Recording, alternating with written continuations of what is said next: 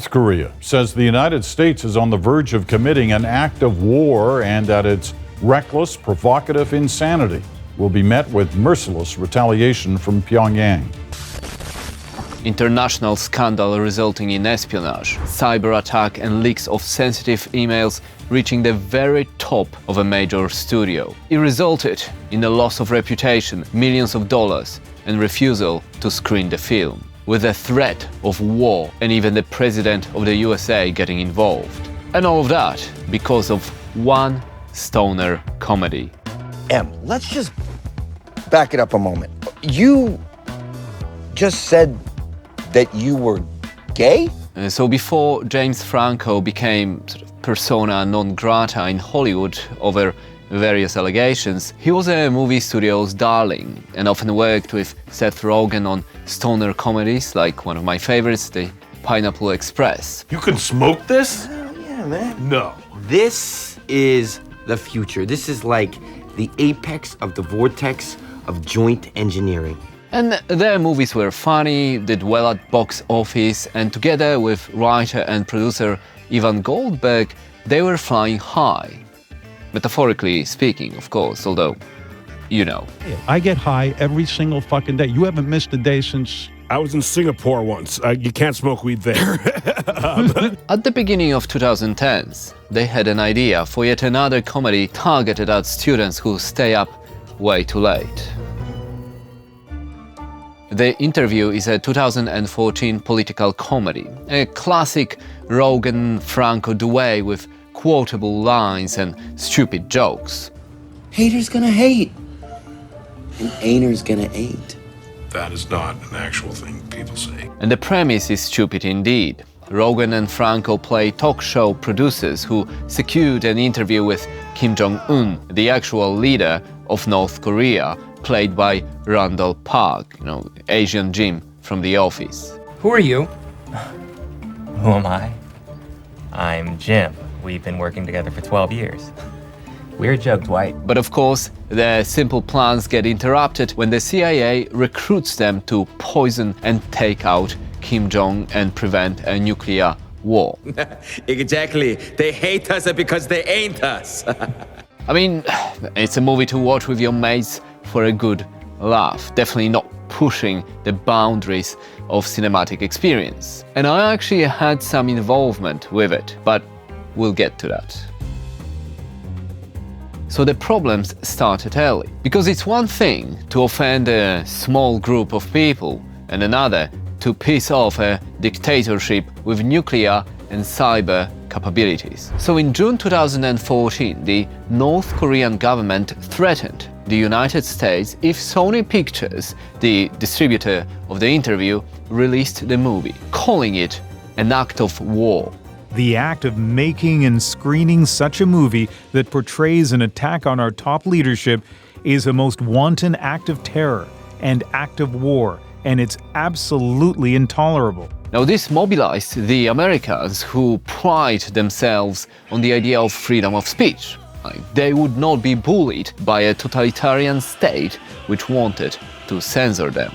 And we're extremely concerned when now we hear a foreign government can maneuver, manipulate, and bully the American corporate structure and the American public. With Seth Rogen joking about the whole controversy on Twitter, saying that people usually want to kill him after they watch his movies, not before, which is fair. The US government dismissed the threat, calling it a piece of North Korean propaganda. These are the sorts of things that are mostly for internal propaganda purposes, and they do not have, anyhow, in any case, the capacity, as far as we know, the moment to hit or to make their threats come true. But the suits at Sony started to worry. At first, they delayed the premiere to supposedly make edits to the film and make it less offensive to the DPRK. But after the so-called Guardians of Peace hacking group, allegedly linked to the North Korean government,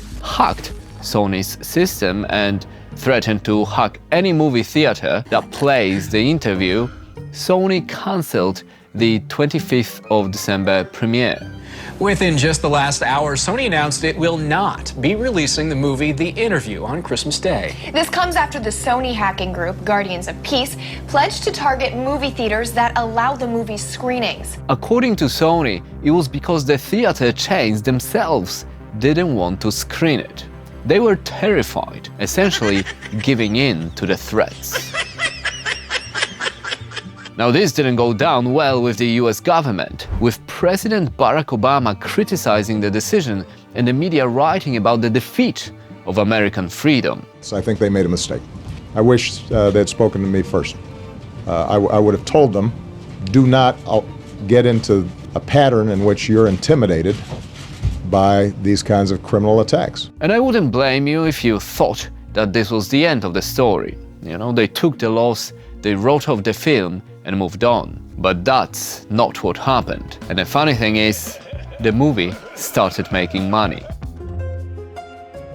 How's that possible when the distribution was affected worldwide? There were some limited theatrical releases at the beginning of 2015, but the turning point was debuting The Interview on digital platforms first. I know it's now a regular thing, especially after the pandemic, that movies are released digitally pretty much at the same time as in cinemas. But back in 2014, that wasn't the case at all. The only digital copies of new films were pirated screeners or CAMs, camera-recorded versions, but not official releases. But with theaters refusing to show The Interview, Sony had no choice. And because of the news circulating the movie, many people tuned in to watch the digital release. Now, we don't have full viewership numbers, but some metrics suggest it was millions of people, maybe even more than would go to see it in cinemas. CIA is asking us to be a couple James Bonds.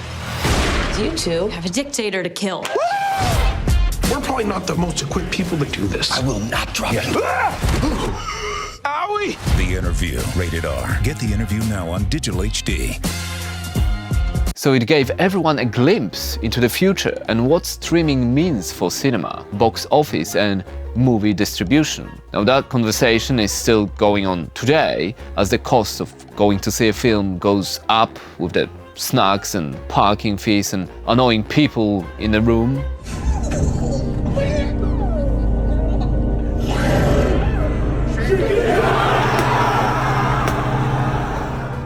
Many of us choose to stay in the comfort of our homes instead, especially since new films and shows are instantly available to stream. Movie theater crowds aren't what they used to be, and now there's evidence the glory days of the silver screen may be behind us. The Interview was one of the first productions that unintentionally put the spotlight on the future of the industry. But it wasn't over for Sony, far from it. So don't forget to subscribe to support the Polish expat community. That's me. Remember the group I mentioned earlier, the hackers known as Guardians of Peace, allegedly connected to the North Korean government? They hacked Sony's servers in November 2014 and stole massive amounts of confidential information. The whole world is being given a glimpse inside a major Hollywood studio as a relentless electronic hacking attack continues against Sony Pictures. The hackers demanded that the movie studio cancel The Interview's release. North Korea denied any involvement, but US intelligence determined that the attack must have been sponsored by the Communist Party when they looked at the techniques, software and capabilities of the group. My country has nothing to do with the Sony hacking. And as you can imagine, this escalated the tensions between the US and the totalitarian state of North Korea. The American government responded with new sanctions, framing the scandal as a free speech defense against communist censorship. North Korea, even though they said they had nothing to do with it, praised the attack as a righteous deed, still claiming it was an act of terror and aggression on the culture and leadership. And the best thing is that given the escalating risks, apparently Sony's cyber defenses were pretty weak. They didn't do two-factor authentication. Lots of stuff on the servers wasn't encrypted. The hack lasted months and they accessed high-level info, at the same time displaying threatening messages on Sony's screens. And then they started to leak everything.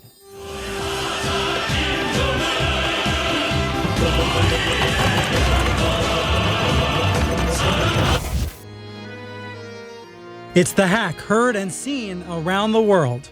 Over 100 terabytes of data stolen from Sony Pictures. Future Sony movies like Annie, Mr. Turner, Still Alice, and To Write Love on Her Arms were leaked. Tons of emails with offensive jokes, scandals, and revelations were seen by everyone in the world. Amy Pascal, then the chairwoman of the Sony Pictures, got the brunt of the criticism. But nagging in the back of my mind, and I kept calling, going, they don't have our emails, right? Tell me they don't have our emails. No. Well, then they did. That was a bad moment. Unfair, you say? Well, some of the emails between film producer Scott Rudin and Amy Pascal were downright offensive and by many people viewed as racist towards President Obama. A series of racist emails between a Sony Pictures executive and one of Sony's top film producers prompted public apologies today. The subject of the messages, Barack Obama. In an email, Pascal said she bets the president preferred movies written or starring black people, with Rudin responding, "Right along. I bet he likes Kevin Hart." She later apologized for that, of course. Oh my God! Wow! Then we had Sony Studios executives calling comedian Kevin Hart a whore in their internal emails, to which he responded on Instagram. I'm not saying he's a whore, but he's a whore. Do you guys have a message for North Korea and all the badness they caused? Do I have a message? Yeah. I don't have no message for him. This is all I got right here. This is it. Peace. A few other emails talked about how Aaron Sorkin, the Steve Jobs biopic screenwriter, didn't know who Michael Fassbender was, you know, the lead in the movie. Jobs insists, I'm quoting, 28% of the male population of the United States could be the father. I wasn't saying you slept with 28% of American men. To which one of the producers replied, "He just makes you feel bad to have normal-sized genitalia," referencing Fassbender's nude scene in 2011 Shame. They called Angelina Jolie a minimally talented spoiled brat, as well as saying that Adam Sandler's movies were mundane and formulaic, writing, "And we will still be paying for Adam Sandler? Why?" And if that is not bad enough, look at the quality of PowerPoint presentations these overpaid execs produce. Now that should be illegal. I usually try to look beyond stereotypes, but some just write themselves. After the leak, people were getting fired, with the biggest one, Amy Pascal, losing her job as a chairwoman. The financial losses Sony had to swallow were huge. The investigation, legal, lost revenue were calculated to be over $170 million, and we don't even count the reputation damage that the hack did to the studio. There was a shift in focus on cybersecurity and state-sponsored cyber threats, not just in the entertainment business, but in national policy. President Obama pushed for higher standards to prevent future attacks. While on a tour of the Department of Homeland Security, US President Barack Obama has unveiled proposals to strengthen cybersecurity laws after recent hacking attacks against Sony Pictures and the federal government itself. And of course, he issued additional economic sanctions on North Korea, which they called groundlessly stirring up bad blood towards the country. And because the FBI said the attack was sponsored by North Korea, it was the first time the US blamed another country for a cyber attack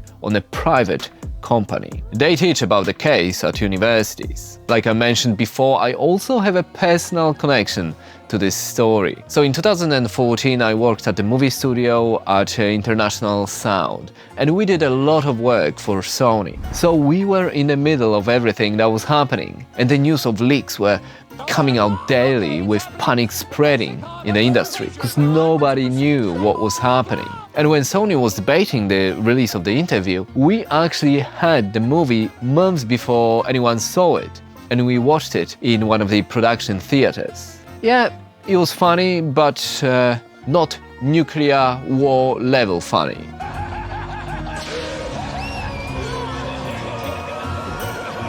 At least in my opinion. Thanks for watching. And if you want to see more stories like that, you can like, you can subscribe and leave a comment. We all appreciate it. See ya. Thank you for watching my interview with Kim Jong-un. This is Dave Skylark, signing off.